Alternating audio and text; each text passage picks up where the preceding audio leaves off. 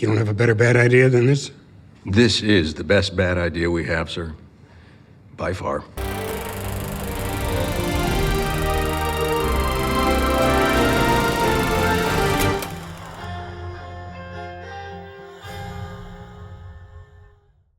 When I first heard that Affleck was directing this, I thought it was that duck from that insurance commercial.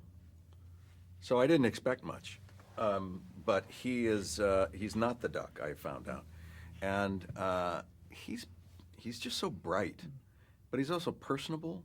He makes you feel comfortable so that you can take chances or offer suggestions. Anybody who is too domineering, then it puts people at like, well, I had an idea, but I'm not going to say it because you know. But he opens it up and allows you to feel that you can approach, and we do, and you feel more relaxed and more capable of performing at the top of your game.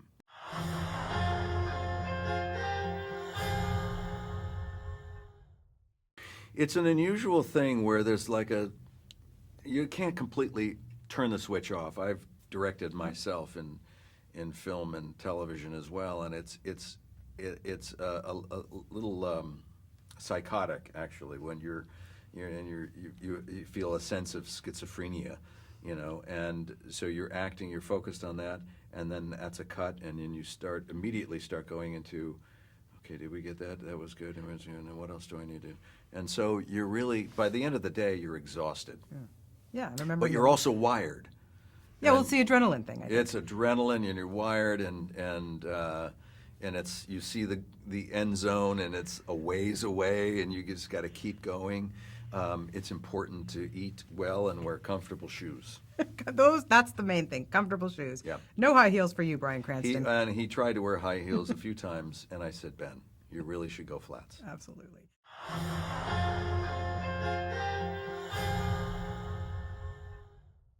I did. I went to Langley, Virginia, and I met with several of the CIA officers of varying degrees of age. And what I found is that it's very common for the CIA officers to marry within the CIA. And I asked why, and they said, I guess it's just easier. And I realized that's true. If you were with the CIA and you came home to me and I said, honey, what'd you do for today? And it's like, we can't talk about that. But if we were both CIA, I know not to ask. You know not to ask. We just keep that separate.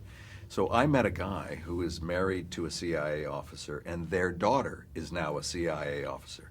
It's the family business. And there's something incestuous about that, but it's also something that they alone have to embrace and understand about each other.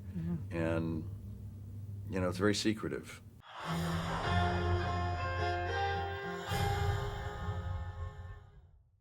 It was very special.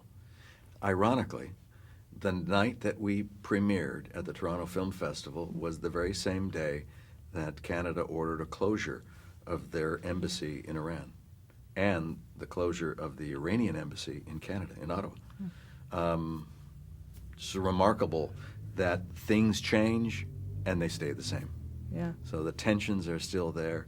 It helps to illustrate that the story, the sensibilities are still fresh and are still alive. We're still dealing with this condition, and but I think that the message of Argo is what is possible. That this bizarre story, this far-fetched idea, worked.